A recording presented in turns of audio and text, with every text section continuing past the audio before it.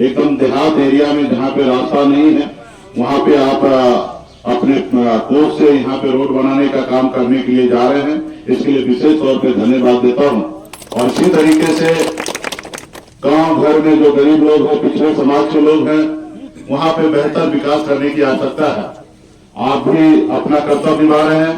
सरकार हो, राज्य सरकार हो, केंद्र सरकार हो, सबसे पहला उनका कर्तव्य है जरूरतमंद लोगों को मदद करना। तो इसलिए आपको धन्यवाद देता हूं और मैं उम्मीद करता हूं कि शिलान्यास अभी हो रहा है तो चुनाव से पहले काम जो है संपन्न हो जाना चाहिए।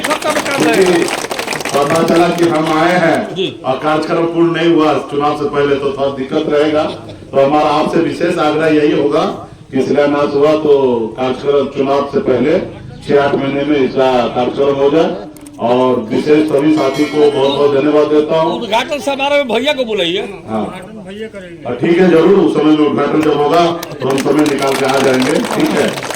और सभी साथी खास करके पार्टी के जितने भी नेतागण हैं, आप लोग पार्टी के साथ मजबूती से रहिए। दल के साथ रहिएगा तो बल मिलेगा और बल मिलेगा तो निश्चित तौर पे आपका हर समाधान का हल होगा। इसलिए आप सभी को धन्यवाद देता हूँ, पार्टी के सभी नेतागण को धन्यवाद देता हूँ।